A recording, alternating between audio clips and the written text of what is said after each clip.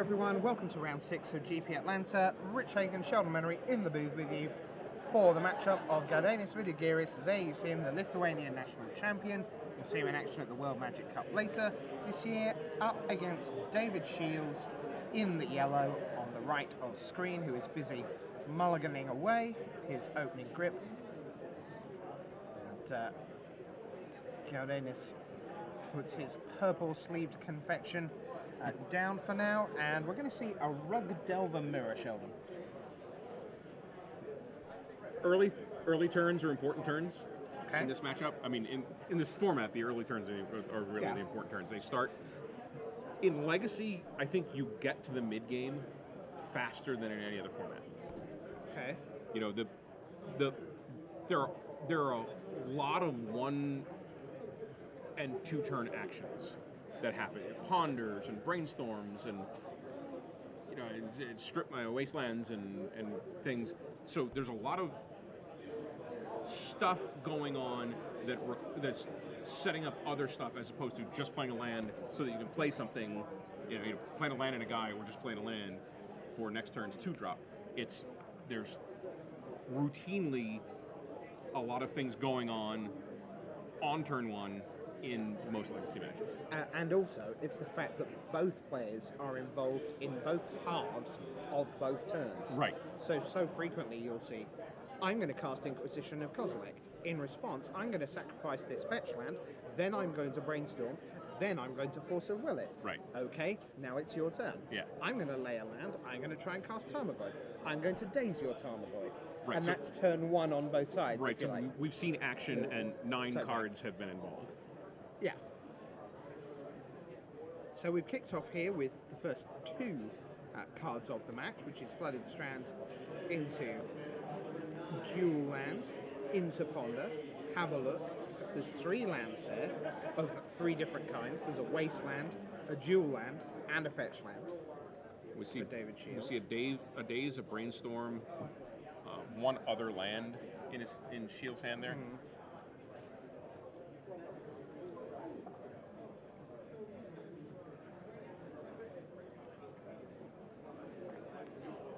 Chose to put them on top. There's 2 days of Brainstorm, in fact. Ponder from Gaudenis.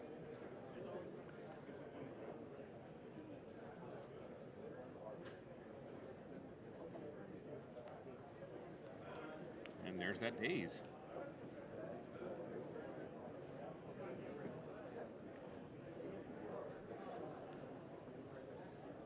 Looks like Gaudenis chooses not to Force a Will there. Looks like he can, but chooses not to. Well, I think we just saw another Ponder in his hand. Oof. That's a significant wasteland right there. See, now the game has been in action a while. No permanents in play anywhere. And I love Legacy. It's not the first time you'll see this in a Legacy. I You'll see love that very Legacy. thing in a Legacy match. That's awesome. Now, but we know Dave Shields has quite a few lands at his disposal, Yeah. whereas Gaudenis has none. Or at least we don't know anything about the top of his library. Uh-huh. So here's land in Delver. And it's going to force that. I don't think he has much choice with the force. You do, does he? don't you? Yeah. Now the choice is just what to pitch to it.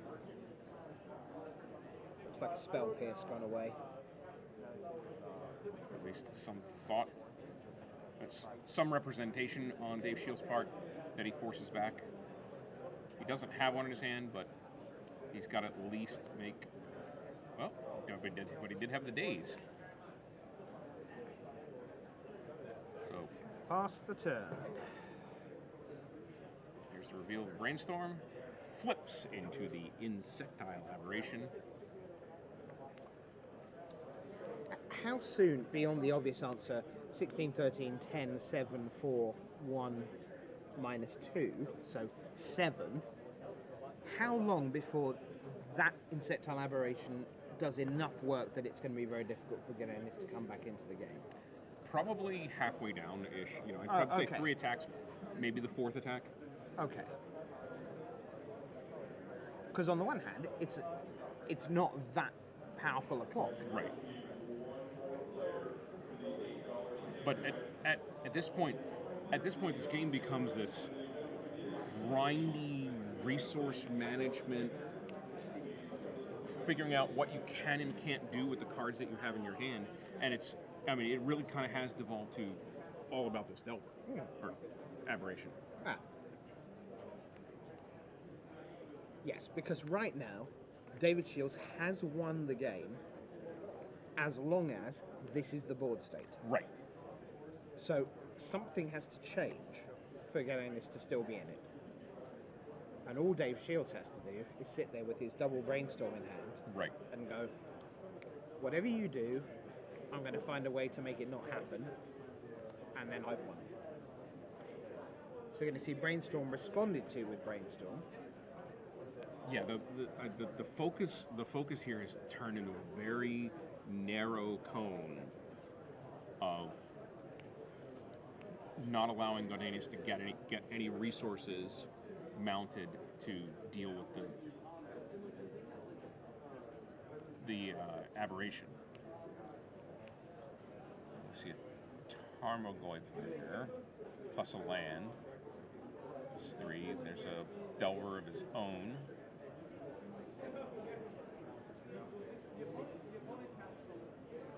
So he can certainly set the Delver up. Yeah, I mean, you would expect that Gallenus would be able to get something down or to kill the Delver at some point. Because if he goes, here's my own Delver, Shiels probably has to stop that happening.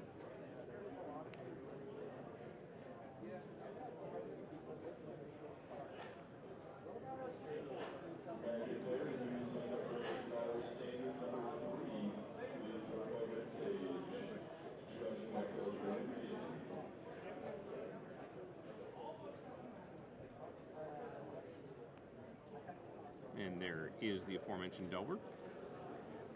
So, does Shiels do anything about it? He does not. Now there's a second Delver. And suddenly the worm has turned. Yeah, now I wonder whether Shiels is the response to that second one. Being a crack and then brainstorm. No? He's like, okay, that's fine.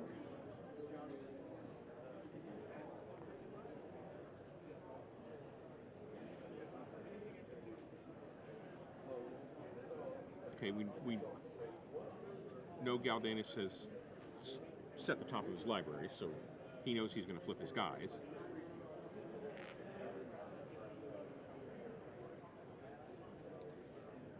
Echoing truth. Discard. Gets played. Yeah.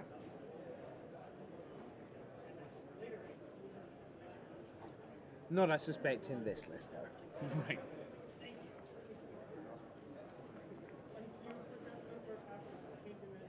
Not even in the sideboard. No. All right, so Dave is going to look at what he has coming up. See a Ponder. See a Daze. Got a Tarmogoyf going for his own. Do you think that's what he drew?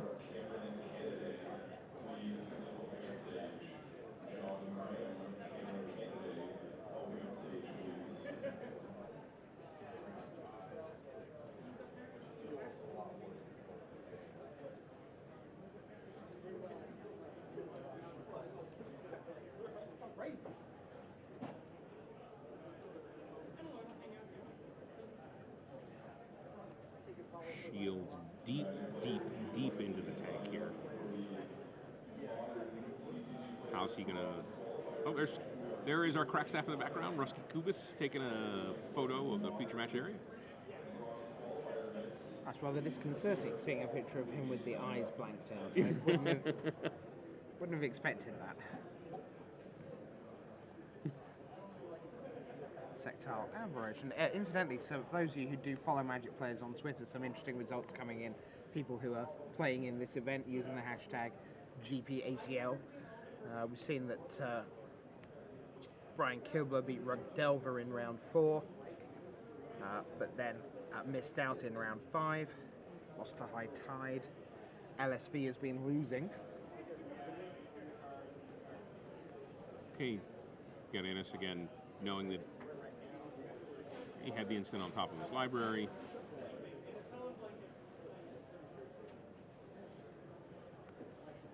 Transforms his aberrations.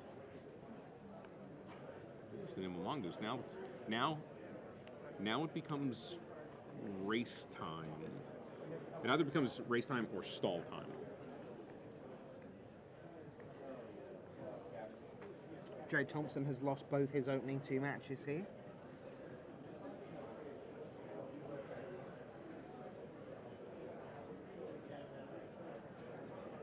So that restores parity in terms of aberrations. But again, I think there is a Tarmogoyf there in Dave Shiels' hand.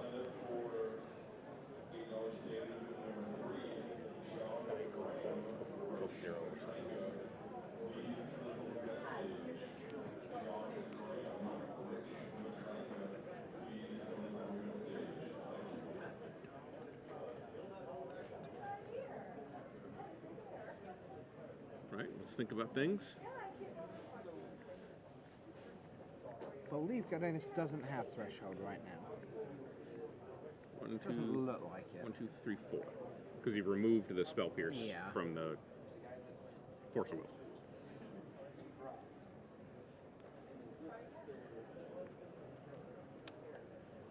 Now the Tarmogoyf off the top, and suddenly this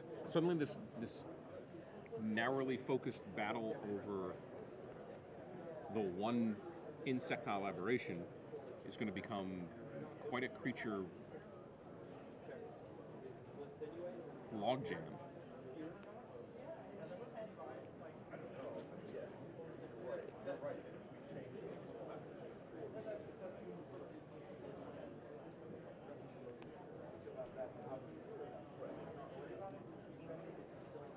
Shields cracking his fetch. He most certainly has threshold.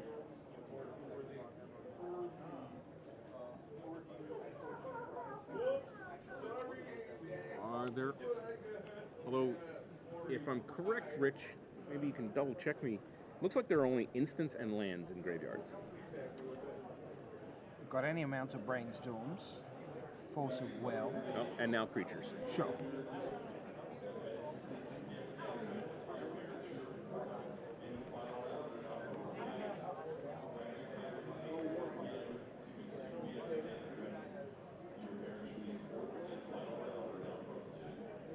So the Tarmogoyf sticks. Again, I think we have land creatures instant. No sorcery so far. Which would make that Tarmogoyf 3/4. Garenus does, however, now have threshold, which makes his Mongoose bigger, and a Tarmogoyf of his own. Oh, then Garenus has one very techie card in his hand, Fire Ice. Huh? He's running one copy of that main deck.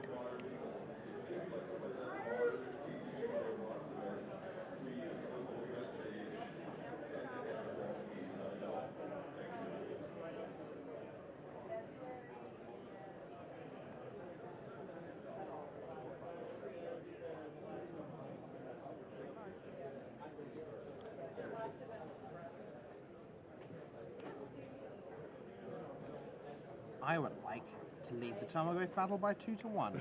Right. How do you feel about that, Mr. Vidugiris? I'm going to tap these 3 cards in my hand. I'm going to untap them. I'm going to tap them again. Then I'm going to untap these 2 land.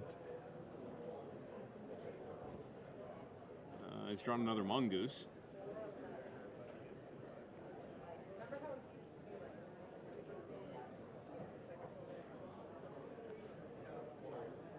So that means there are now 15 power worth of creatures on the board, for which 8 mana has been spent. Legacy. World of efficiency.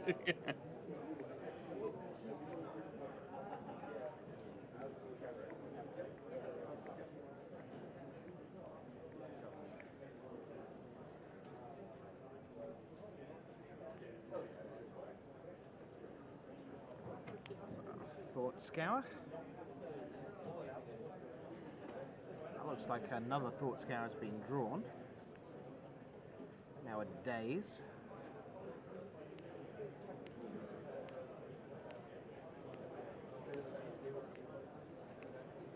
And then it passes the turn.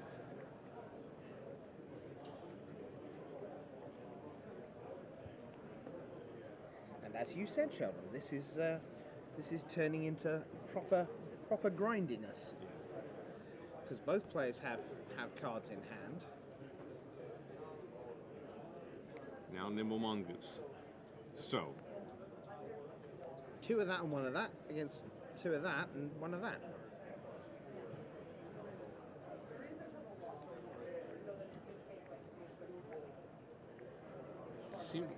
Seemed like a lightning bolt that Vidugiris drew off the Thought Scour.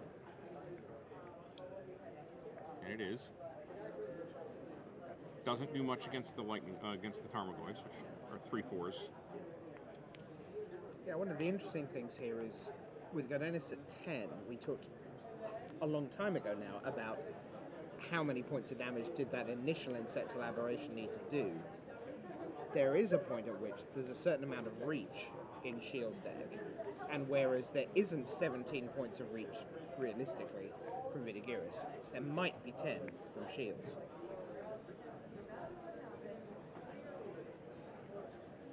Shiels also playing a Fire Ice, playing 2 Fork Bolts, playing 4 Lightning Bolts. Yeah. I mean, he's need to going to fight counterspell wars over 1 or more of those in order to actually outright kill Gardenis with it, but it's an avenue that's open to him that isn't open to Gardenis right now. Right, who is playing 3 Lightning Bolts and the 2 Fire Ice. Yeah, and Shields are 17. Right. Now, of course, that Insectile Delver Secrets right there that Gardenis just cast. Changes things enough for Shields to say, let's get into the red zone and race this. Let's see what happens.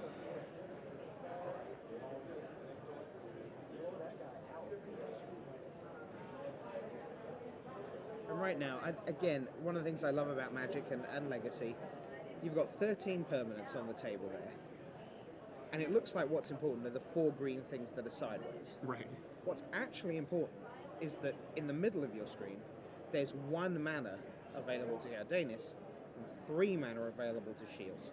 Which means in this combat, Shields is hugely favoured, where he could do any number of things at instant speed, whereas Gardenis is just 1 mana away from being out the game in terms of what he can do this turn. So we're going to see block, block, block, block. Of course, the Nimble Mongoose can't be dealt with by Lightning Bolt, which we know Shields has in hand. They will not be targeted.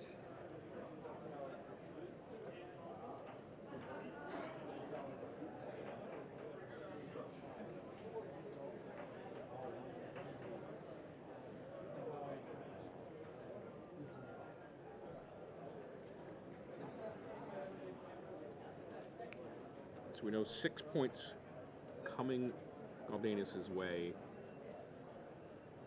plus we're going to resolve the double block situation.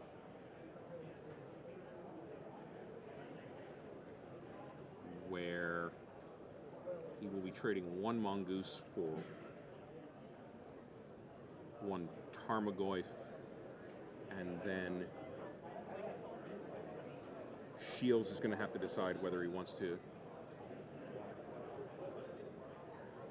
kill the Delver, which it looks like he has. He shows in 2.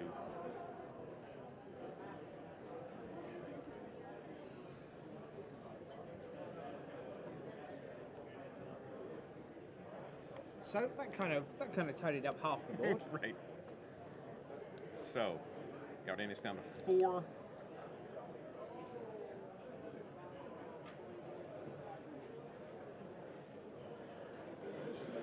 Fourth bolt for the last point of damage for the Tarmogoyf.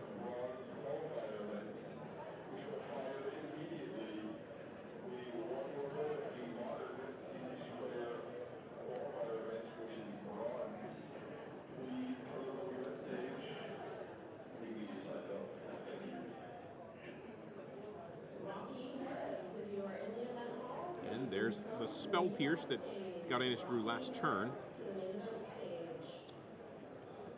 for which Shiels has one of his own.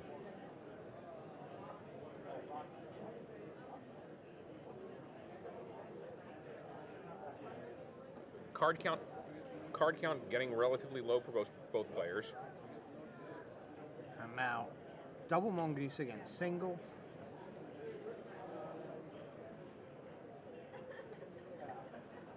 And this is starting to look like one of those games where, when Galdanus didn't have a land, that just being set back that little bit extra. Right.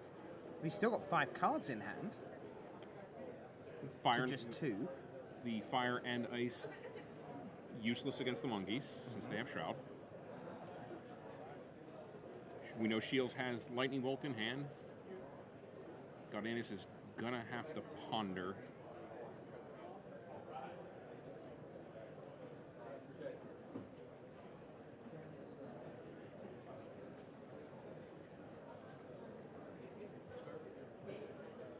Which of course is a sorcery. I think we talked earlier that the goes for 3/4, but I think there was a ponder from early in the game. Yes, Galdanus had an early ponder.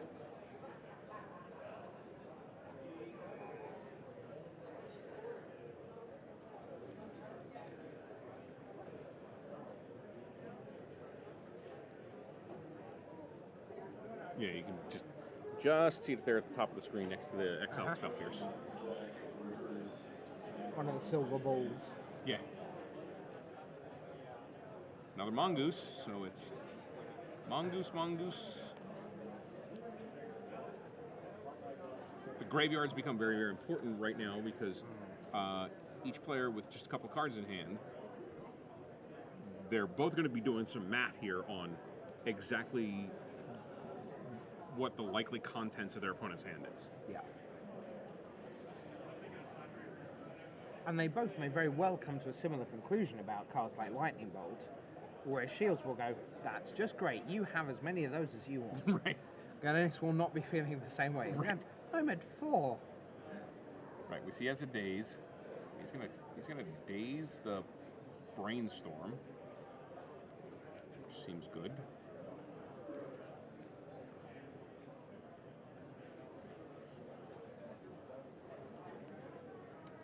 Delver. So now the question is, and we see the head scratching from Dave Shields It's right a there. head scratcher, boys and girls. Well, the question is, do you not worry so much about the Delver because you're on 17 life, and use the Lightning Bolt?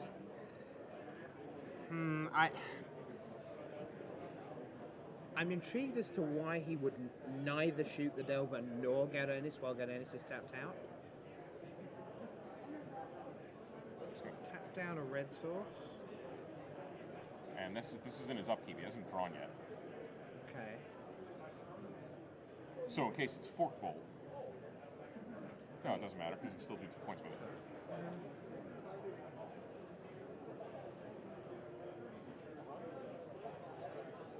So now Dave going to look into his yard. It does leave Galdanus with 1 card. We know Dave's other card is a land, so he's going to tap it.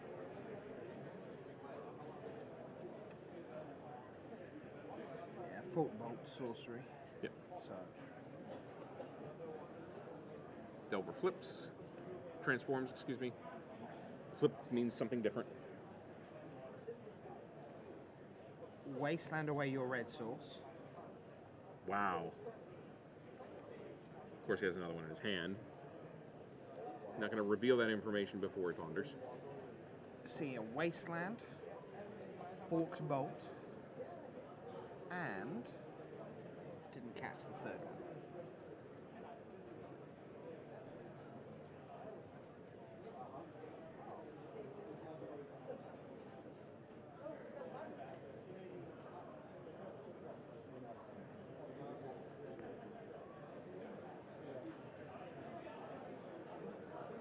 A lot of action here in game one. A lot of cards have. I mean, you see 4 land on the table, and 15 to 20 cards in the graveyard. I like mirrors like this. I find them just. Well, if you're a Magic purist, it's like watching a game like this, watching a Magic game like this is like the baseball purist loving that 1-0 pitcher's duel. Yeah. Yeah, so I like that too. So there's Fork the Bolt. So Dennis is going to read to see how he can be divided. Yep. So there's the 2. That seems to be a telegraph. Dennis has drawn Force of Will and has the means to cast it.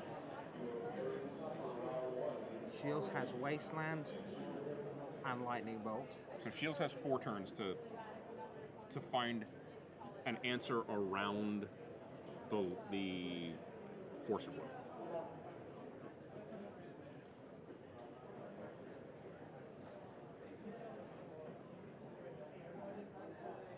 And because there's a Lightning Bolt in Ganon's hand, Shields will have 1 less turn than he might suppose. Although he's probably factored in, as we said, what will they imagine is in each other's hands. Right. I mean, at this point, Galdenis can just ride. So Lightning Bolt gets Force of Will. We're not sure where that was pointed.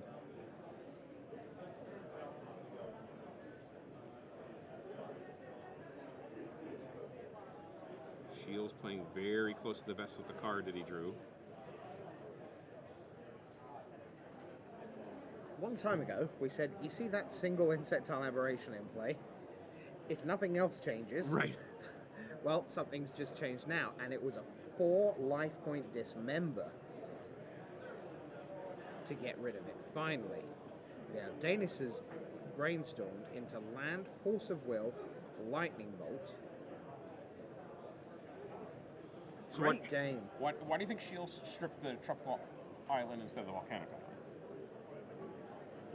I mean, taking him off his red seemed more important than taking him off his green, didn't it? Yeah, I guess maybe at this stage he knows he can't beat a Tarmogoyf. Oh. Fair. Because even a Dismember won't kill it. Sure. Or may not. I mean, I don't know what size it would be, but I think Dennis is going to get this, Yep. Bolt you. He's got a Force of Will And a green card. and a green card. And But Force- it's a blue. It's Spell Pierce. oh, So he gets to counter that, but now he has just Force of Will. Pass the turn. Gadenis will have another go. Here's Ponder, which resolves.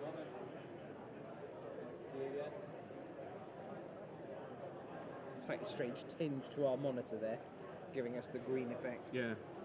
So does he keep the Mongoose and cast it? I mean, he only needs to hit him with it once, right? Yeah.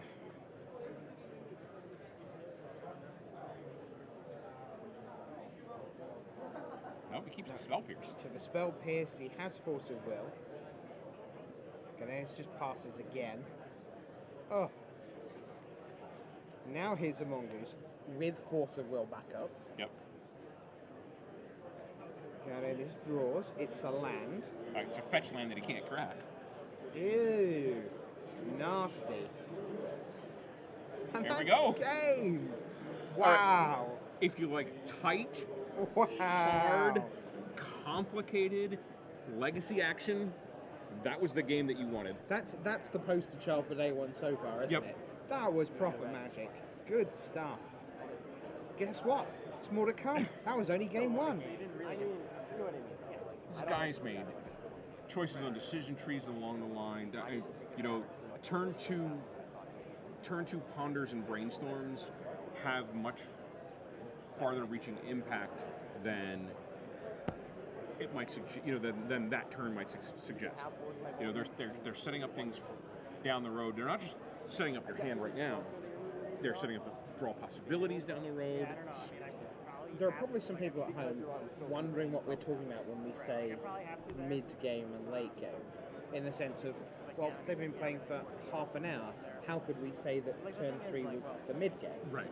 Because obviously it's how long's a piece of string in terms of time, and as it happened, the game went very long. But really, we're talking about the way things develop. It's like your early game is, I have a plan, here's the start of it. We've both done that. Now let's evaluate where we are. Where am I going to go from here? Right. And we saw an awful lot of where am I going to go from here? And the answer is build up my board, try and negate yours a little bit, add one to mine, hope to get a ponder through here, a brainstorm there. And that took a very long part of the game. And then we got to the end game, which was where they felt they needed to start attacking each other. The board cleared, but the life totals were sufficiently low that everyone knew that the next full step was going to be the end of the game. So we had a sort of 2-turn beginning, a many turn mid game, and then a 3 or 4 turn end game. Yeah. Again, if you like crisp, tight Magic, that was the game for you. Again, we can we're right by the scorers table, and we see the match winners dropping off their slips. We've just seen Luis Scott Vargas for the first time today, I believe, dropping off his Yes. winning slip. Just saw Ben Friedman come by and drop off his, and Brad Nelson right before that. Well, Brad Nelson, therefore, I believe, has got to 6-0, so he's made the perfect start to his weekend. 3-0 in actual matches. Also saw one of my local players, Robert Cohn, who beat Tom Martell earlier, dropping off his slip to go to 6-0. And I think Robert probably only had one bye coming in. So, haven't seen Jerry Thompson this round. He was way down on, I think, the table 220, somewhere around there. So I'm interested to see whether he wanders up with the results there, because if not, he is done at 0-3. So sounds like Pat Sullivan may be out. One of our spotters from the 4 has indicated that may be the case. So sideboard action here, we see Dave Shiels, a couple of Ancient Grudges, and 4 Submerges that are not going to come in. Mind Harness is not going to come in. Tormod's Crypt. Anti-threshold. Turn off your opponent's threshold. That seems more of a card against the Reanimator decks. Surgical Extraction. On the other hand. Yeah. Red Elemental Blast. Mm-hmm. Dave has 2 of those. Sulfuric Vortex. So where does that... In what situation does Sulfuric Vortex, against which decks does that become a...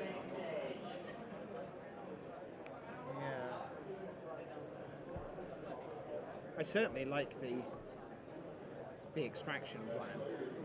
I mean, I guess Vortex is anti Grizzlebrand technology because players can't gain life. Sure. Okay. I mean, the ping. Oh, that's even worse. Because maybe they've drawn some, they've cast Grizzlebrand, drawn some cards, and slammed Sulfuric Vortex down. Now they can't gain life from the lifelink plus. All right, we're on already. Yeah, aren't we just? So we had Delver from Galdanus, we had Delver from David Shields, which got countered by Galdanus. He adds Nimble Mongoose to the board. On to turn 2 for Shields, who begins with Ponder. Sees a red elemental blast, looks like a Delver in there. Delver Mongoose, pretty reasonable. Yeah, Mongoose, yeah. Turn 1-2 start.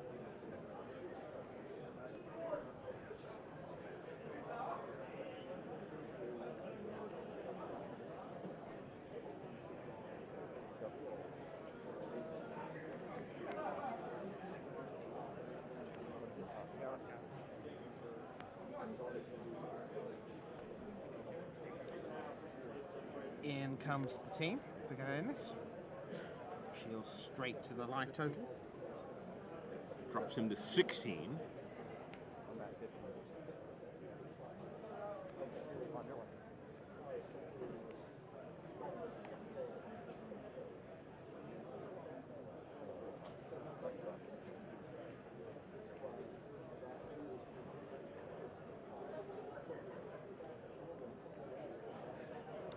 What did I miss for there, Rich? Because his life total went from 20 to 15, and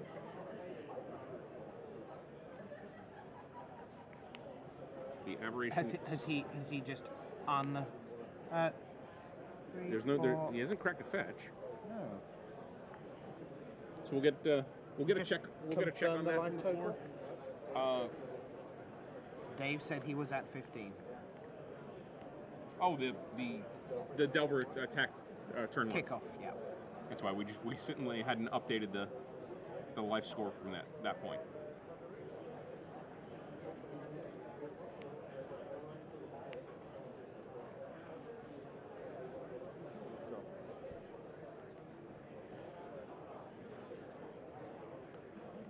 So, Thought Scour. Now there is a Jerry Thompson walking towards the scorekeeper. Yeah. desk. The question is, does he have a match slip in his hand? Does not look like it. I don't think he does. Oh, there it he is. Does. There he does. Jerry Thompson. The perfect time to talk to Jerry after the match. Once this one's done, come talk to us about the fabulous deck you're playing this weekend. I know. You're 1 and 2.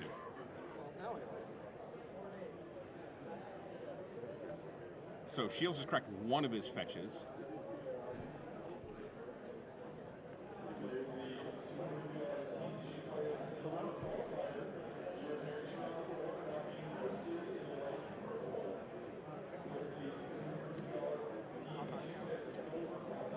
Another Thought Scour for Gardenis. So he's getting himself to threshold right now, which speeds the clock up a little more. See Delver in his hand. David Ochoa is done and has won. So he is at 2-1, 5-1 on the weekend. Sam Black, I can tell you, has won again.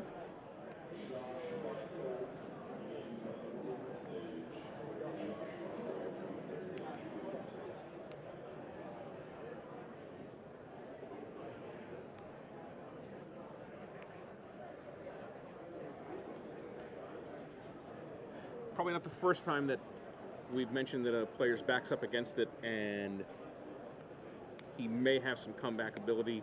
Dave Shiels with the Tarmogoyf, at least for the time being, provides some strength on the ground. And a Delver of his own. We'll see how that develops out. We know we have land and instance in graveyards. Just to let you know, it does look like they're playing pretty quickly. Part of that is because there is just coming up to 10 minutes left on the round. So Gardenis is going to have to go some to pick up a 2-1 victory here. There we see Submerge in Dave Shiels' hand.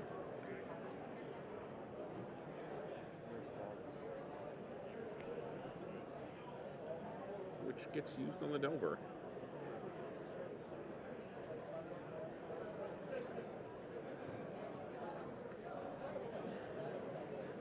Sorry, inside. Once again, insectile aberration. Here comes the Mongoose in for 3, dropping Shiels to 8. 2 cards for Gardenis Vidugiris. One of them we see is Lightning Bolt.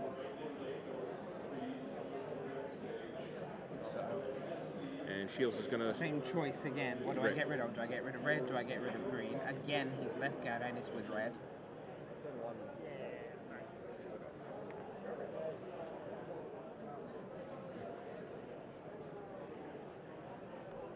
And there's another Goyf.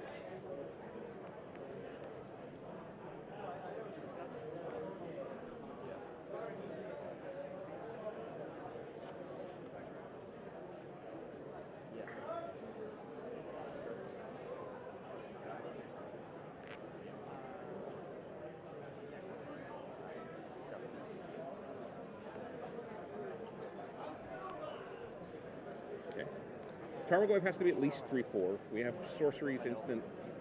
Sorry, 4/5. Sorceries, instants, lands, and creatures. Probably the highest it gets in this matchup. Another Delver for Dave Shiels. Galanis reveals a brainstorm which will transform his Delver of Secrets, we said correctly. Yes. And Rainstorm. Of course, the second lightning bolt right there would really kind of be game over. Well, that would be pretty unlucky. You could have Joey Thompson against Louis Scott Vargas in an elimination match next round. Submerge the Tarmogoyf back. So we know those Delvers are not gonna flip, and we're going to game 3. And again, they are like lightning, pulling the cards together, and let's get on with it. Yeah, they want to give themselves time to get into the depth of game 3. And we saw how moderately quickly that game 2 developed. The two creatures dropped on turn 1 and 2 for Galdanis sort of set the tone and the pace for the rest of the game. So, from a judging perspective, and not talking about you specifically, right? Because in some ways you're the last judge one would want to ask this particular thing of, because you've seen so much, right? But there is a kind of philosophical line to do with slow play, right? I'm not suggesting either of these were slow playing at any point in this match, but there is clearly a huge difference between the pacing of game 1 and the pacing of game 2 in this match. Right. And there's also a significant difference in the pacing of, just on screen right now, the pace at which Dave Shiels is shuffling his library. Comfortably different to the way he shuffled after game 1. Now that's nothing more than an unconscious, must get on. Right. There's no cheating happening or implied. However, if you are, but my understanding is that as a judge, you are not really allowed to focus on your own tactical understanding of a game situation in terms of how complicated is this, and I can clearly see the correct play is this, why can't he? Obviously you can say there's one land in play, you have no play, you can't sit there for a minute not saying go. Right. But that's, so there is a line somewhere. There's an and I'm extreme interested in, for sure. Well, and I'm interested in that. Maybe we'll talk about that after the match, because unsurprisingly, they took no time to decide when here they are in game 3. One thing I will point out is when time is a factor, you're not required to play faster. No, sure. Okay. Yep. At least legally. Maybe socially, there might be part of the morally, social pressure. ethically, socially. But we're not going to say, oh, time's important. You have to play fast. The real part of it is you can't play too slowly. Sure. Shields' second land is a wasteland that gets rid of the volcanic island, and he comes down with a Delver of his own. So 1 land Delver versus no land Delver at the moment.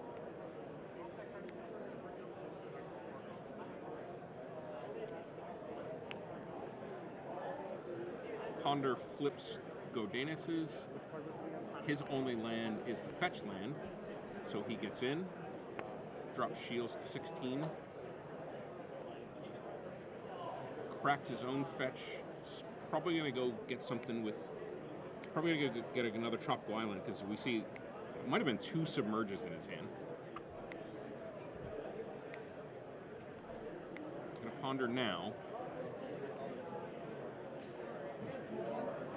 tell you that Christian Calcano is off to the races, has his first win of the day. Shaheen Sarani drew a miracle for a win, taking him to 5-1.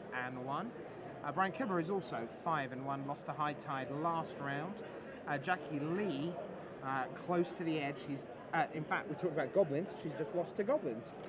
So she is 4-2 with 3 rounds to go. We'll need 3 straight wins to see day 2 action. To be guaranteed to see day 2 action. Oh, that's right. There may be some 6-3s and 6-2-1s floating around. Just saw Alian Trazi come by and drop off his result slip. So he is through. Lightning Bolt on Galdanis' Delver of Secret, Insectile Aberration, Submerge.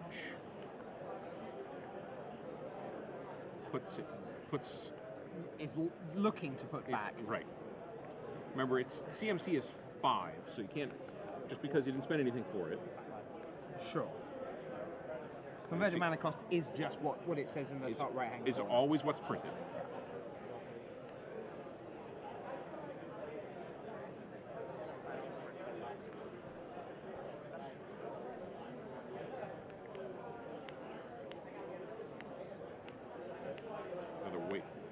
Second land is a Wasteland. Galdanis doing a little math there. You see him doing the count.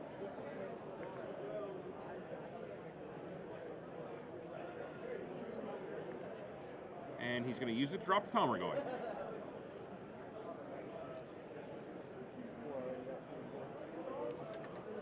Instant sorcery land first.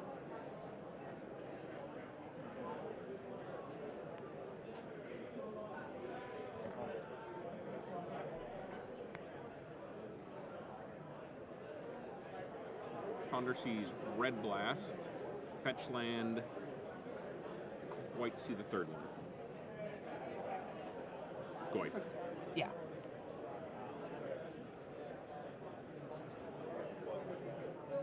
Take another good look at him before he puts him back.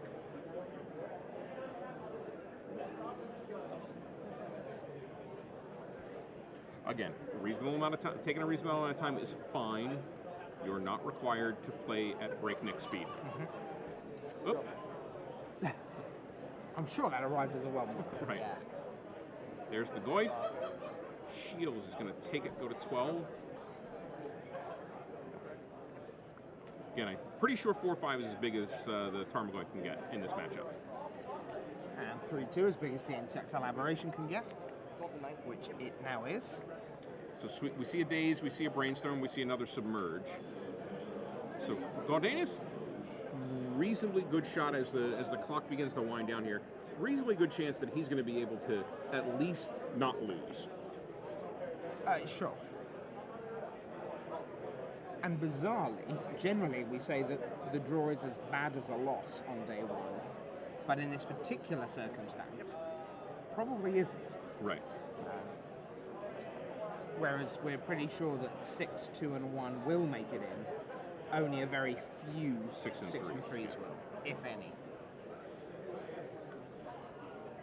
So a draw would not be the worst. So, see Red Elemental Blast reaching out for the Delver. It's gone. Shiels is gonna looks like is gonna walk really close to the line here. Well, Galdanis has no red, so there's no reach yet for lightning bolts and forked bolts and fire and ices and so on. Now Shiels is down to 7. Submerge your... Oh, now he's gonna have to shuffle that away. Indeed. Nice. That, to me, sounds like the end of round. So, Dave Shiels is going to finish his turn, and we'll move into the 5 extra turns. And the question is, did they get extra time? I think they were ready at the start of the round, weren't they? Yeah. So, this really is turn 0 for Shiels. Which means that Vidugiris will have 3 turns to try and kill. And he needs 2 hits. Yeah, so Shiels now is at the point where he can't win. Right. Because he only has 2 attacks. And realistically can't win from here. So... And there's no Emrakul coming off the top there. So. And no bonus turns either. So I guess what we're looking at is try and put a Tarmogoyf down hope to see it stay there. Shiels doing a little math on his survival. We see there is a daze in Gaudenus' hand.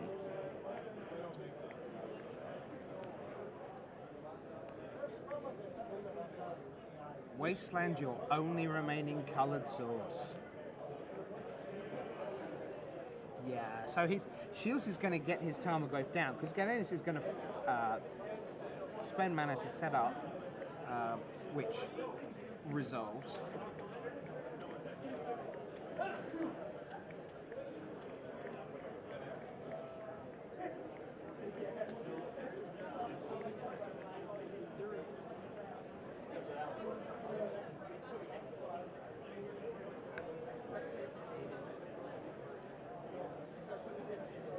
I believe we just saw a minute ago Mary Jacobson drop off her slip. Okay. That will put her to 2-1, 5-1 on the weekend as a whole with her 3 buys. Staring straight down the road there is the Tarmogoyf. We see AJ Sacker still involved in his match. Judge sitting on there, so they're in the 5 extra turns. There's Tom Martell right past AJ. So there's the Tarmogoyf. Vidugiris untaps with just a Wasteland in play. He has a Tarmogoyf, so does Shiels. Tarmogoyfs bounce off each other. That's the way they work. Well, the thing that Shiels would have to watch out for is Fire Ice, Lightning Bolt. Yeah. But there'd have to be a red source in Gaudenus' hand plus. Yeah. I think they are about to fight each other to a standstill. It looks like Gaudenus is actually thinking about not playing that land because now that turns on Dave Shiels' Submerge as well. Okay, that's neat. Shiels draws, has a look. He's drawn a Lightning Bolt.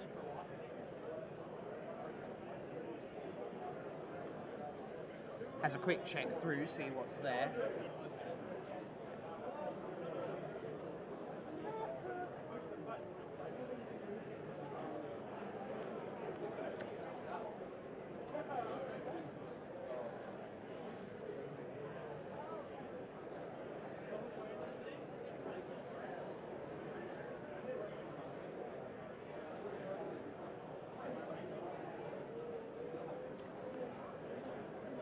Been a good one. Kind of feel like an honourable draw's about right. Right. There's another Wasteland. So let's once again suggest that you have access to none of your cards. Nonetheless, it's still surprising how much these decks can do with little to no mana. Yeah. Yes, the only mana is the floating mana he's just got, which this time is for another Brainstorm. Well, it's not really surprising since we know. We know exactly how this format works. But to folks who are used to, especially to Magic in current standard environment where things ramp and there are many manas on the table.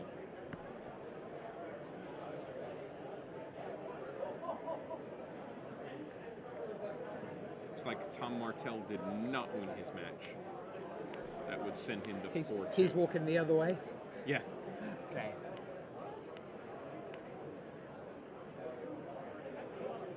So Tarmogoyf on Tarmogoyf, as time long since called.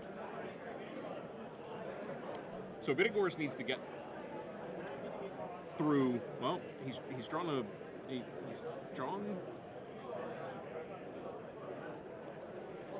fetch land that's going to get him to red. Yep. Which means he actually only needs to get through with the Tarmogoyf once. Sure. Assuming he can then peel a Lightning Bolt.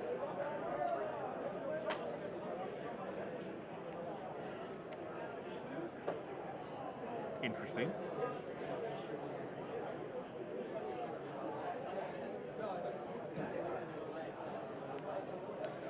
Is he looking maybe instead for ice? So he can tap Shiels blocker. He's The only thing he has in his hand are the blue cards. Sure. He's going to ponder. Yeah. Not quite guessing. I'm not quite figuring out why not the volcanic island. Unless they're not all in his graveyard, are they?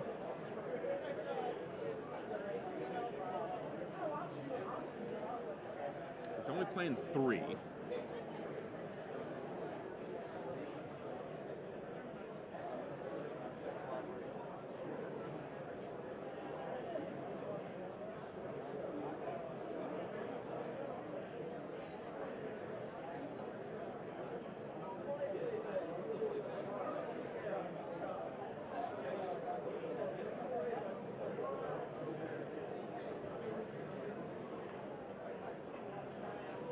There's a submerge. So, oh, he reaches out, says, "Go away, Mr. Tarmogoyf." Which means he also knows exactly what Dave Shiels is going to draw. It's back on top.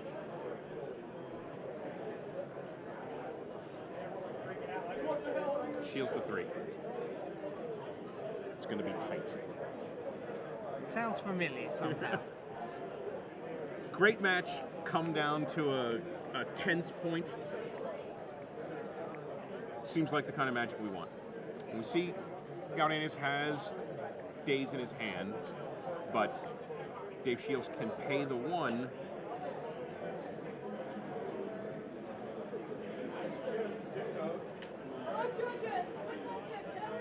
Blow up your tropical island.